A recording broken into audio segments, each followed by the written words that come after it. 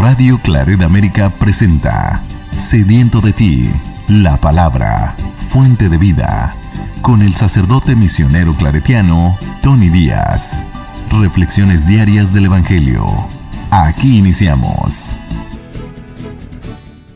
Bienvenidos, hermanos, a nuestras reflexiones bíblicas de las lecturas del día. Hoy es miércoles de la séptima semana de Pascua.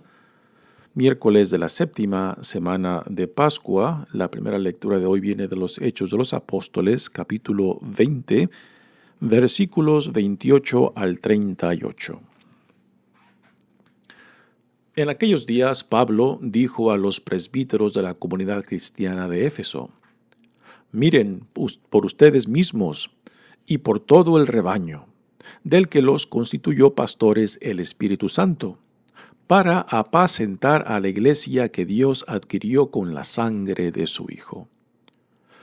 Yo sé que después de mi partida se introducirán entre ustedes lobos rapaces, que no tendrán piedad del rebaño, y sé que de entre ustedes mismos surgirán hombres que predicarán doctrinas perversas y arrastrarán a los fieles detrás de sí. Por eso, estén alerta. Acuérdense que durante 3 años ni de día ni de noche he dejado de aconsejar con lágrimas en los ojos a cada uno de ustedes.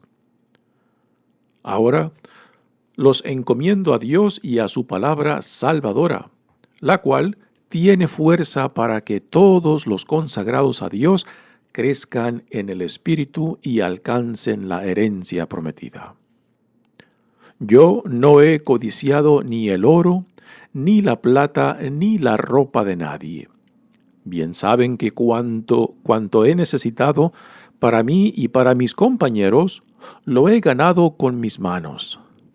Siempre he mostrado que hay que trabajar así para ayudar como se debe a los necesitados, recordando las palabras del Señor Jesús: hay más felicidad en dar que en recibir. Dicho esto, se arrodilló para orar con todos ellos. Todos se pusieron a llorar y abrazaban y besaban a Pablo, afligidos, sobre todo porque les había dicho que no lo volverían a ver, y todos lo acompañaron hasta el barco. Palabra de Dios. El salmo responsorial es el Salmo 67 y el responsorio es: Reyes de la tierra, canten al Señor, aleluya. Reyes de la tierra, canten al Señor, aleluya. Señor, despliega tu poder, reafirma lo que has hecho por nosotros. Desde Jerusalén, desde tu templo, a donde vienen los reyes con sus dones. Cántenle al Señor, reyes de la tierra, denle gloria al Señor, que recorre los cielos seculares y que dice con voz como de trueno: glorifiquen a Dios. Sobre Israel su majestad se extiende y su poder sobre las nubes. Bendito sea nuestro Dios. Reyes de la tierra, canten al Señor, aleluya.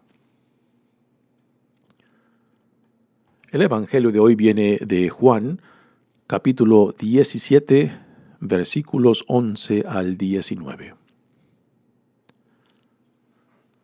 En aquel tiempo Jesús levantó los ojos al cielo y dijo: Padre Santo, cuida en tu nombre a los que me has dado, para que sean uno como nosotros. Cuando estaba con ellos, yo cuidaba en tu nombre a los que me diste. Yo velaba por ellos y ninguno de ellos se perdió, excepto el que tenía que perderse para que se cumpliera la Escritura. Pero ahora voy a ti, y mientras estoy aún en el mundo, digo estas cosas para que mi gozo llegue a su plenitud en ellos. Yo les he entregado tu palabra, y el mundo los odia, porque no son del mundo, como yo tampoco soy del mundo. No te pido que los saques del mundo, sino que los libres del mal. Ellos no son del mundo, como tampoco yo soy del mundo. Santifícalos en la verdad. Tu palabra es la verdad. Así como tú me enviaste al mundo, así los envío yo también al mundo. Yo me santifico a mí mismo por ellos, para que también ellos sean santificados en la verdad. Palabra del Señor. Muy bien, demos comienzo a nuestra reflexión de las lecturas de hoy. Continuamos leyendo de este discurso que Pablo da a los líderes de la comunidad de Éfeso. Recordemos que después de que Pablo se fue de Éfeso, se va para Macedonia, donde se encuentran las comunidades de Filipo y Tesalónica, y después también pasa por Corinto, y después pasa de regreso por lo que hoy en día es Turquía, pero se queda en la costa, no regresa a Éfeso, que se encuentra muy cerca de la costa en Asia, lo que hoy en día es Turquía, y se viene por la costa de Turquía y llega a Mileto, que está a unos 20-25 kilómetros al oeste de Éfeso, y desde ahí manda llamar a los líderes de la comunidad de Éfeso para que vengan a verse con él. Esto lo empezamos a leer ayer, y aquí Pablo continúa este discurso que es un estilo de testamento que él está dejando a esta comunidad, que dedicó casi 3 años en formarla, en enseñarlos, y que ahora Pablo, que va de regreso a Jerusalén, sabe de que no los volverá a ver otra vez. Y este discurso, que es muy diferente a los otros discursos que tenemos en los Hechos de los Apóstoles, porque en los otros discursos Pablo se dirige ya sea a judíos, a paganos, o en las sinagogas a judíos y a no judíos que han sido atraídos por el Dios de Israel. Pero este discurso es diferente porque está dirigido explícitamente a los líderes de la comunidad cristiana en Éfeso, que Pablo trabajó tanto, él mismo nos dice casi 3 años, formándolos, enseñándolos y asegurando de que el liderazgo de esta comunidad pues quedará bien cimentado en su llamado que han recibido por medio del Espíritu Santo. Así que Pablo dirige este discurso, repito, es un tipo de testamento oral que él deja a esta comunidad muy querida por él. Y esta estructura de este tipo de discurso lo tenemos varias veces en la Biblia, particularmente en el Antiguo Testamento, y el más claro es el ejemplo de Moisés, justamente antes de que el pueblo de Dios entre a la tierra prometida. Moisés da este tipo de discurso como testamento, advirtiéndoles de que sean fiel al llamado que Dios les ha hecho, también a la alianza que el pueblo de Dios ha hecho con su Dios, para que se mantengan fiel y así tengan las bendiciones de Dios. Y así que en ese discurso de Moisés, repito, un tipo de testamento, él reafirma y les recuerda lo que significa ser un pueblo de Dios, lo que significa ser fiel a este llamado que Dios les ha hecho y que ha sido sellado por la alianza que Dios ha hecho con su pueblo. Pues igualmente aquí Pablo está haciendo esto.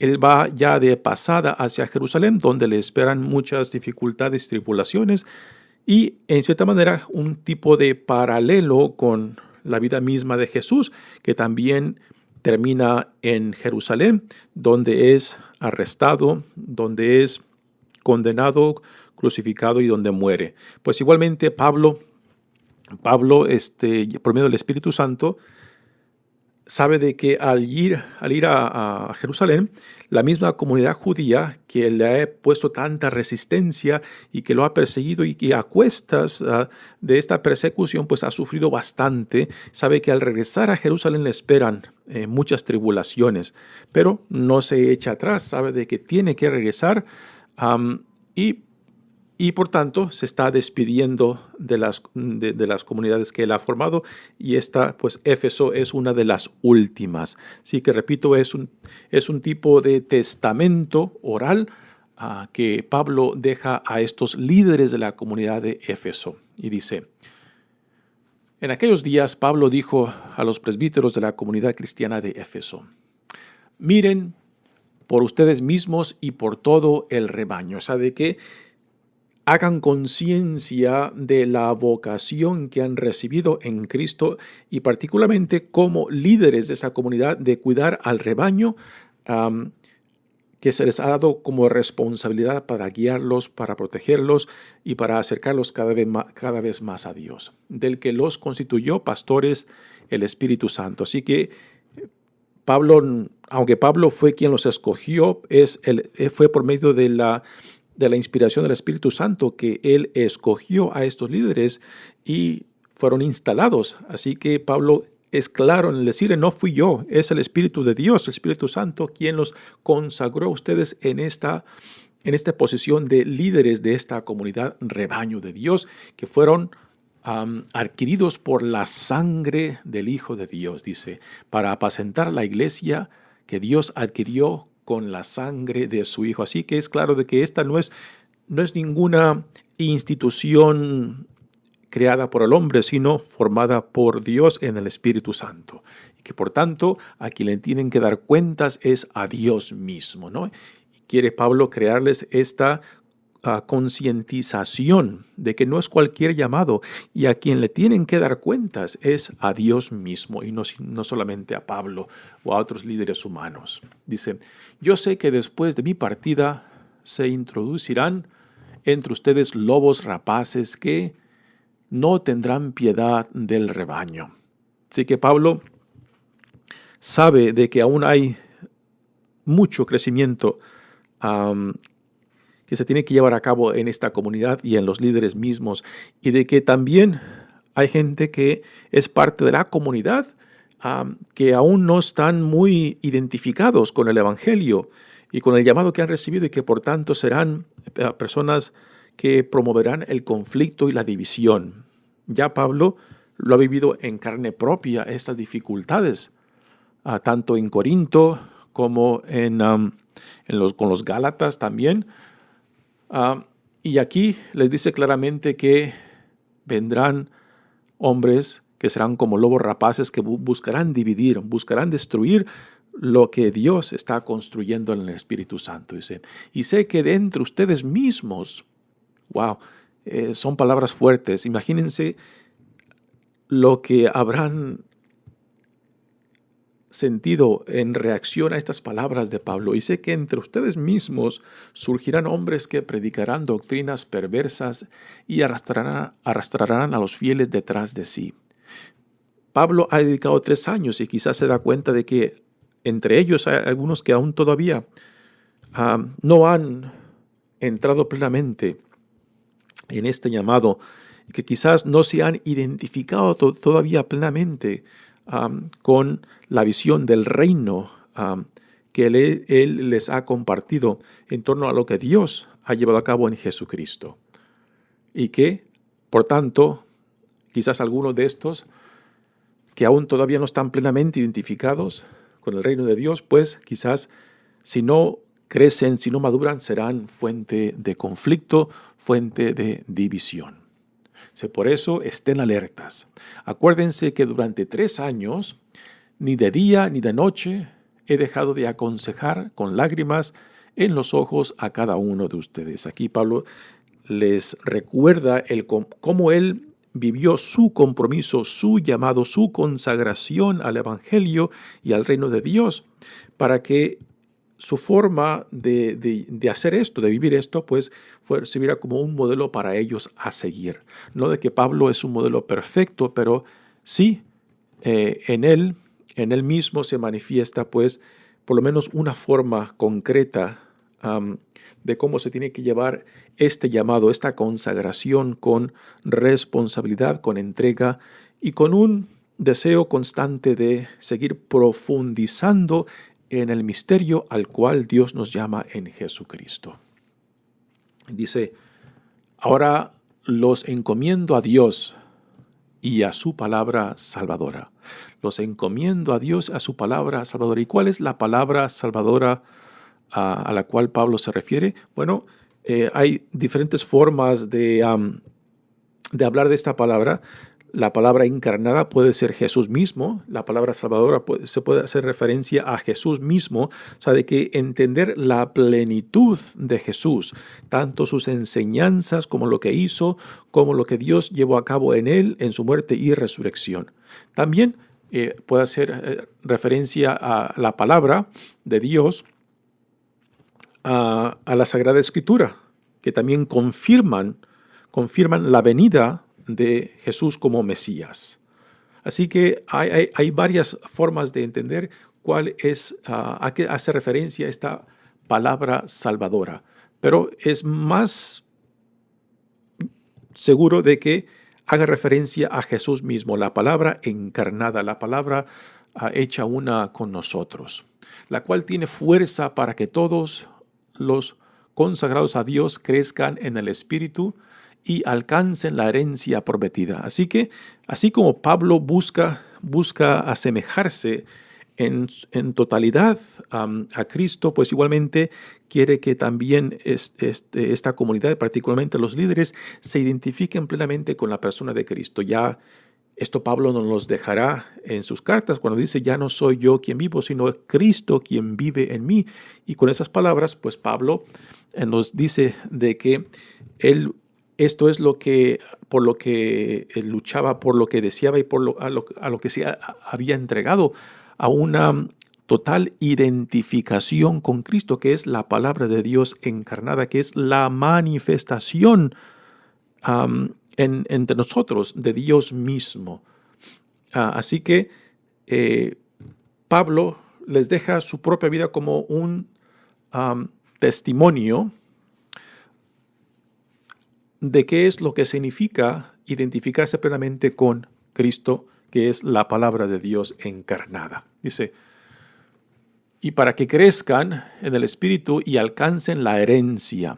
Así que con esto Pablo le recuerda que hay una necesidad de seguir creciendo, de seguir profundizando, de dejar que el Espíritu Santo vaya introduciéndonos cada vez más y más al misterio al cual Dios nos ha llamado a Cristo.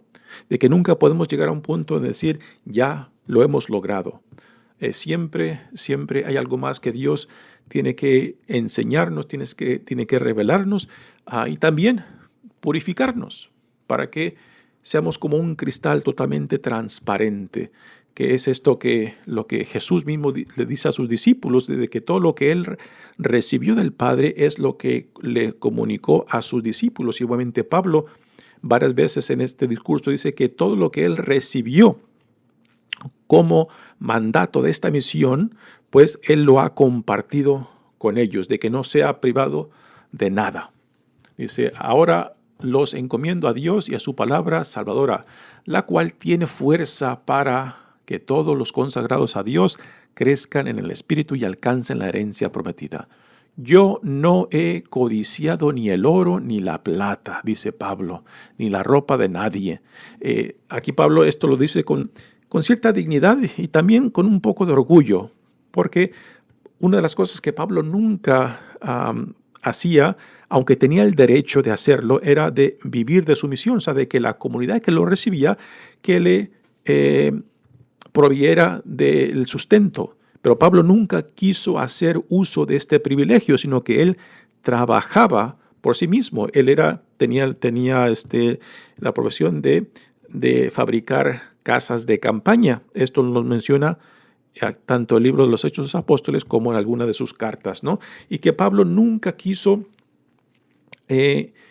usar este privilegio para que después no le echaran en cara de que él hacía esto, llevaba a cabo estas misiones de evangelización buscando su propio beneficio, sus propios intereses. Así que esto es algo muy interesante, algo también digno de emular, de que aunque tengamos ciertos privilegios, de que también estemos conscientes de lo que estos privilegios puedan aparentar. y que esta apariencia se pueda convertir después en obstáculo para que otros puedan creer, puesto que si somos nosotros la encarnación de la fe de Dios mismo en nuestras vidas, pues entonces, ¿qué es lo que modelamos? ¿Qué es el ejemplo que damos, no? Así que Pablo estaba consciente de esto, de que no hubiera nada que pudiera causar escándalo o obstáculos para aquellos que Dios llamaba por medio de él y por medio de sus compañeros. Dice, yo me he dedicado, yo no he codiciado ni el oro, ni la plata, ni la ropa de nadie. Bien saben que cuando he necesitado para mí y para mis compañeros, lo he ganado con mis manos.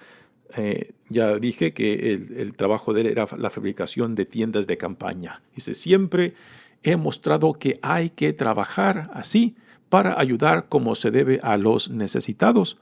También Pablo, por un mandato que le dio la comunidad de Jerusalén, de que en las comunidades que él iba formando, que buscara hacer colectas para los pobres de la iglesia cristiana en Jerusalén, y esto lo hacía con gran responsabilidad también. Dice, así que recordando las palabras del Señor, dice, hay más felicidad en dar que en recibir. En realidad, de dónde saca Pablo esta cita no está claro, pero quizás lo escuchó de alguien, de alguien dentro de las comunidades cristianas. Dice, dicho esto, se arrodilló para orar con ellos. Todos se pusieron a llorar y abrazaban y besaban a Pablo, afligidos, sobre todo porque les había dicho que no lo volverían a ver. Así que aquí tenemos la reacción ahora de estos líderes de la comunidad de Éfeso a las palabras, al testamento oral que Pablo le está dejando acerca de su partida y su llegada a Jerusalén y de lo que le espera allá. Y que no lo volverán a ver y que por tanto pues la reacción es muy emotiva, muy emocional. Todos lloran al despedirlo de él y después al encaminarlo hacia la barca que lo llevará hacia Jerusalén. Pues una imagen impresionante. Parece que Pablo en esos 3 años que estuvo con ellos en Éfeso, pues dejó una impresión profunda. Y aquí en esta forma que reaccionan a su partida, pues nos damos cuenta las relaciones que él ha creado con estos líderes que fueron consagrados para la comunidad de Éfeso. Muy bien, pasemos ahora al Evangelio de hoy, que viene de Juan. También estamos en el capítulo 17, este discurso largo desde el capítulo 13 al 17 viene siendo el testamento de Jesús para con sus discípulos. Algo similar a lo que Pablo está haciendo aquí en la primera lectura. Pues aquí Jesús lo está haciendo con sus discípulos, pero este último discurso de Jesús dirigido a sus discípulos, pues son casi 4 capítulos bastante largos y el más largo es este capítulo 17, que es un tipo de oración que Jesús hace por su misión, la misión que Dios le ha encomendado, oración que hace por sus discípulos y también oración que hace por los que vendrán después, por el testimonio y la predicación de sus discípulos. Y aquí es donde entramos nosotros. Todos nosotros hemos llegado a Cristo porque alguien nos acercó. Alguien nos habló de Cristo, alguien nos compartió un testimonio de su vida en Cristo, ¿no? Y esto es lo que nos ha traído a Él. Pues igualmente, estos discípulos, Jesús pide por ellos para que su testimonio sea claro y evidente, sea convincente, para que también puedan llegar a conocer a Dios y al conocerlo, amarlo y al amarlo, servirlo, lo cual es nuestra vocación por excelencia. Así que aquí Jesús está despidiendo y está orando por sus discípulos en este capítulo 17 y dice, Padre Santo, cuida en tu nombre a los que me has dado, para que sean uno. Nuevamente aquí el tema de la unidad, que así como Jesús es uno con Dios Padre, que el Hijo está en el Padre y el Padre en el Hijo, pues igualmente quiere que sus discípulos sean vivan esta misma unidad, no solamente entre ellos, sino también totalmente identificados con Cristo, con su enseñanza, con su visión del reino. Dice, cuando estaba con ellos, yo cuidaba de tu nombre a los que me diste. Aquí claramente Jesús ve la prioridad del Padre, de que Jesús nunca se apunta a sí mismo, siempre apunta a Dios Padre, de donde viene y quien lo ha enviado a Él, y de donde Él recibe toda autoridad, toda identidad, su identidad según su relación con Dios Padre, y también su poder. Dice, yo cuidaba en tu nombre a los que tú me diste, yo velaba por ellos, y ninguno de ellos se perdió, excepto el que tenía que perderse para que se cumpliera la Escritura. Aquí no menciona por nombre a Judas Iscariote, pero sabemos de qué se está refiriendo a él, y que la entrega que hace Judas de Jesús, pues algo que estaba ya profetizado, y que por tanto no fue un error de Jesús al escogerlo, sino que ya estaba predestinado, en cierta manera podemos decir, de que las cosas surgieran de esta manera, de que el Hijo de Dios, el Hijo del Hombre, fuera entregado para la muerte. Y simplemente aquí Jesús está afirmando lo que ya estaba profetizado. Dice, pero ahora voy a ti. Mientras estoy aún en el mundo, digo estas cosas para que mi gozo llegue a su plenitud en ellos. ¿Y cuál es el gozo? El gozo de Jesús. El gozo de Jesús viene de la total identificación de Jesús con la voluntad de Dios Padre. Ese es el gozo al cual se refiere. O sea, de una unidad íntima y completa entre el Hijo y el Padre. Y este es el gozo que Jesús quiere para sus discípulos. Es lo que desea para sus discípulos y también para nosotros, de que al identificarnos nosotros con Jesús, con su persona, con sus enseñanzas, con su vida, con su visión del reino, pues como el Hijo es uno en el Padre y el Padre es uno en el Hijo, pues al identificarnos con el Hijo, pues también nos identificamos con el Padre, y esto es el gozo al cual Jesús se refiere.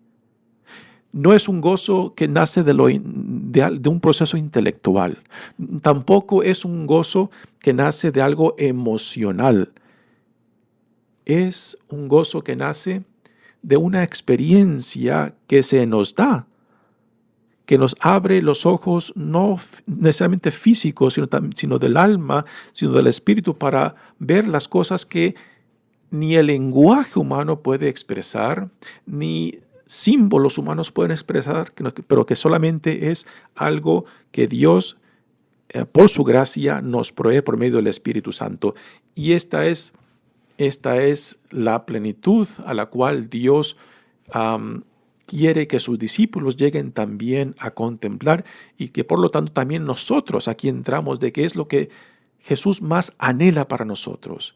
La plenitud de este gozo, o sea, la plena y completa identificación con Él, y que por tanto con el Padre, porque Él es la encarnación misma de Dios Padre.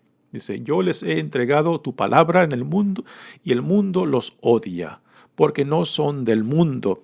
Aquí por mundo se entiende no al mundo físico, que es una creación de Dios y que por tanto es buena. Por mundo se entiende todo aquello que se opone al plan de salvación de Dios, todo aquello que le pone resistencia a Dios, todo aquello que promueve valores contrarios al reino de Dios.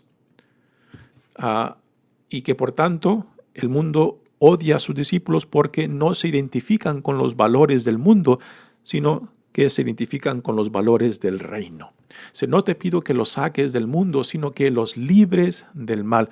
Así que Jesús sabe que así como Él fue mandado al mundo creado, y también al mundo que le hace resistencia y contradice al reino de Dios, pero es también a este mundo a quien Dios manda a su Hijo para que lo ilumine, para que lo atraiga, para que le diga, hay una forma mejor de ser y de vivir. Y es en el mundo donde el Hijo de Dios se inserta para iluminarlo. Igualmente, a los discípulos también los mandará al mundo para que sean esa luz, para que sean esa sal, para que sean esa esperanza a que le revele la presencia de Dios mismo en todo aquello que busca su propia destrucción, que busca su propia negación, que busca simplemente rechazar su propia existencia que viene de Dios, ¿no? Así que Jesús pide por sus discípulos que también los manda al mundo para que sean esa luz como una extensión de Él mismo. Si ellos no son del mundo, como tampoco yo soy del mundo. Santifícalos en la verdad, dice Jesús. Tu palabra es la verdad. Y aquí palabra y verdad es la plena identificación con la voluntad de Dios. Para nosotros es la plena identificación con Jesús mismo, la palabra encarnada de Dios. Así como tú me enviaste al mundo, así los envío yo también. Así que aquí entramos también nosotros. Dios nos manda al mundo para hacer luz, para hacer testimonio encarnado de que hay un Dios entre nosotros. Y aquí la pregunta para nosotros, ¿no? ¿Cuál es el testimonio que damos al mundo? ¿Qué es lo que otros ven en nosotros cuando nos ven? Si ellos ven una expresión de Jesús mismo, una manifestación de la misericordia y compasión y el amor de Dios, o ven simplemente juzgar, o ven simplemente rechazo, o ven simplemente división y separación. Son preguntas a las cuales tenemos que dar respuesta como discípulos de Jesucristo, como ciudadanos del reino, como hijos e hijas amadas de Dios. Si yo me santifico a mí mismo por ellos, para que también ellos sean santificados en la verdad. Muy bien, hermanos, mi nombre es Padre Tony Díaz, misionero claretiano, que Dios los bendiga. Radio Claret América presentó Sediento de ti, la palabra. Fuente de vida. Sus comentarios son importantes. Contáctenos en radioclaretamerica@gmail.com.